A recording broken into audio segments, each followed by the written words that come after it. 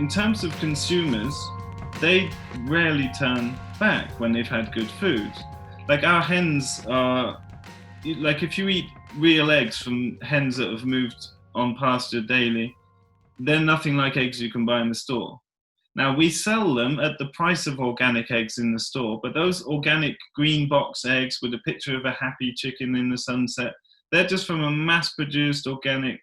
It's slightly better than non-organic, but it's still mass-produced industrial farming. It's not people who have an intimate relationship with the animals and the landscape around them. They're just huge houses full of birds that are fed organic feed, not inorganic feed. But when someone tries that food, I mean, we get people sending us photos of their fried eggs and their omelets and their souffles, and like all the time people are sending pictures of their food all the time because they love it, and so they'll never come back to eating rubbish food again. And as long as we can maintain it at an affordable rate, it's going to work well. And what we found is all the products we sell are in line with organic mass-produced food. So they're not more expensive than industrially produced food. And we don't have any subsidies at all. And so that's proof of the pudding, as it were. In terms of the people coming here for education, I'm working with people who are dedicating their lives to this as a career. So they've already chosen to go into that. But I would say our farm has become quite prominent as a stepping stone or a springboard for people who are really just about to go off and settle on to their life project. And so it's a testing ground. And it's a place where they can try out many different things in one place, because we have a lot of different enterprises on one farm. So that's partly to expose people to many things in one place, because typically when I was growing up, you would have to go and study one thing over there and then across the country and see this thing over here.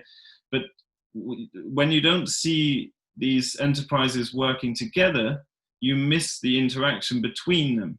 So in the winter, we have our chickens in the greenhouse that's empty from the tomatoes in the summer. And that makes us a deep compost that goes back on the vegetables in the spring when we put the tomatoes in again. And all of our enterprises work like this. So we have all this cost and waste from this thing going as a product and input cost for that thing.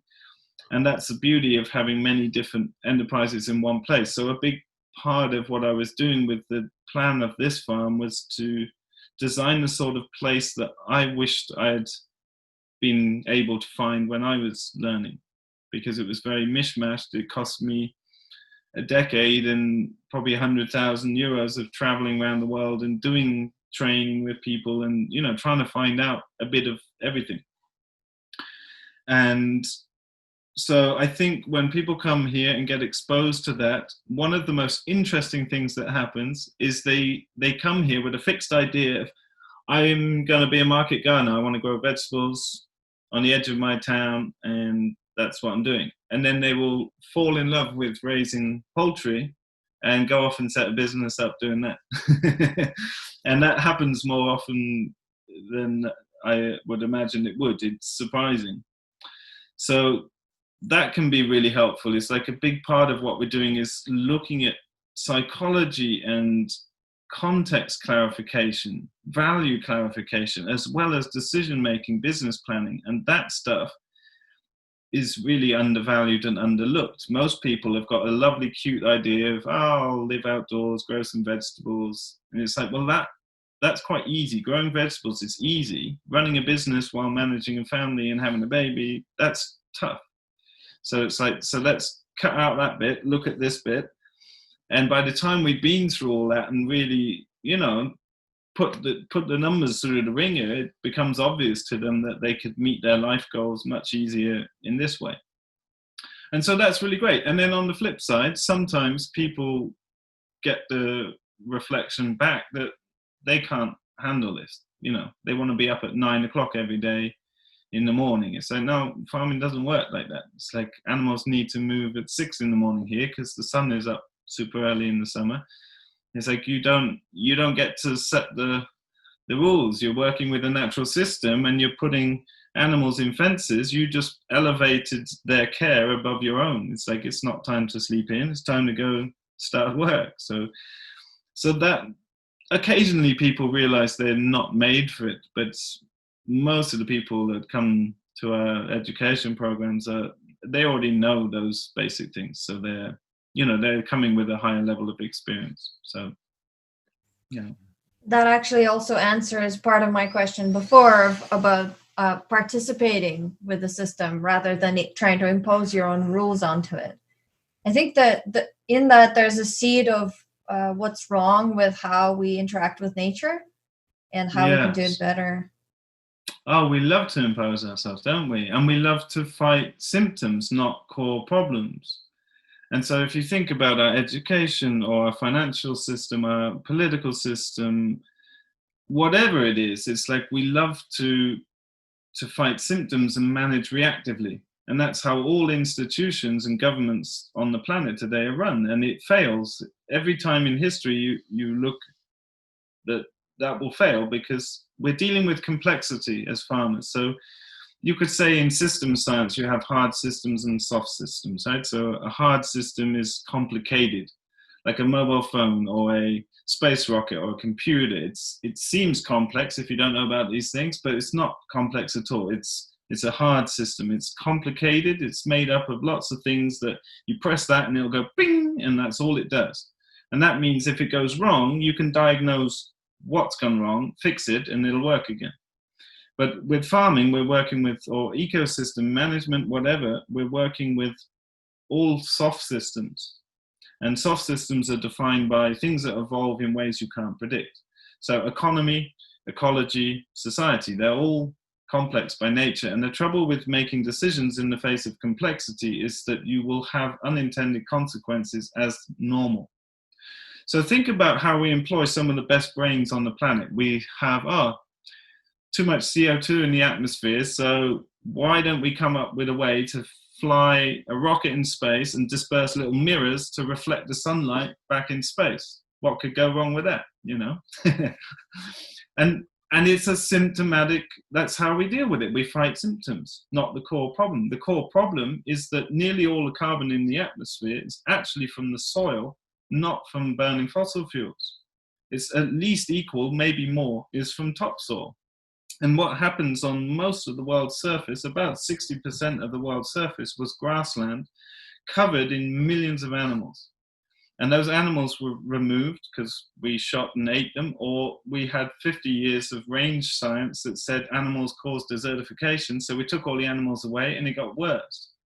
And what happened across most of the world's surface is you had grass plants growing 3, 4, 5 meters tall with roots going down that deep too. And wherever roots of plants are in the ground, they put out sugars. So they're photosynthesizing, capturing sugar, and then they're pumping that sugar into the ground to feed microorganisms who then make the soil anaerobic, like no oxygen, because they're so excited and they're reproducing and feeding. And that change in the soil chemistry releases the nutrients the plant needs right outside the cell wall where it can take it up. So wherever plants can root, you have living healthy soil, and the main component of living healthy soil is carbon. So sugars going into the ground from the plant, that's carbon, it's short chain carbohydrates, polysaccharides. Also, what happens when a cow comes along and eats that grass plant is now the plant has to release some of its annual roots. They die back because it has to balance its hydrology. It's like it must balance the water within its system. Just like you're 70% water, a plant is 70% water too. So it needs to balance that system. And when it sloughs off its roots like that, that turns into long chain stable carbon that lives in the soil for thousands of years.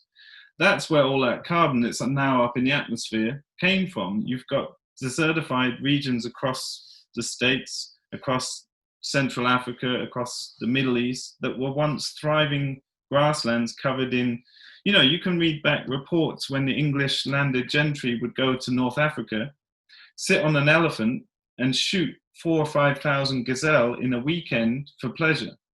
But can you imagine, like, the biggest scene you might have seen is National Geographic and there's 4,000 wildebeest running by. But what about 40 million, Like when Europeans came to North America, there were 60 to 100 million bison running around in the herd. And that's what kept the grasslands alive. So if you take the animals away from the grasslands die. There's been so many ecological studies like this. You take one species out of a rock pool, the whole rock pool collapses. So you can't mess with any element of ecology without upsetting the whole. And that's what we haven't understood. We've had a rigid, compartmentalized, linear, reductionist approach, and that's how we still run governments and economic systems, etc.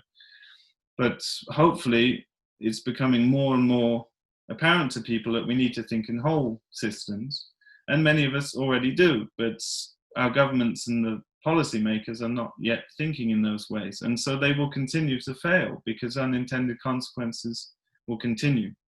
And the beauty of this type of farming, when we really look at it, is we have all the solutions for cleaning air, cleaning water, producing food, restoring nobility back to land stewardship, and we have all those solutions. We just need a lot more people doing them, and the only way to do that is to show them that you could make a really good life for yourself, not just a livelihood but a lifestyle also, and that circles around to what we set out to achieve here.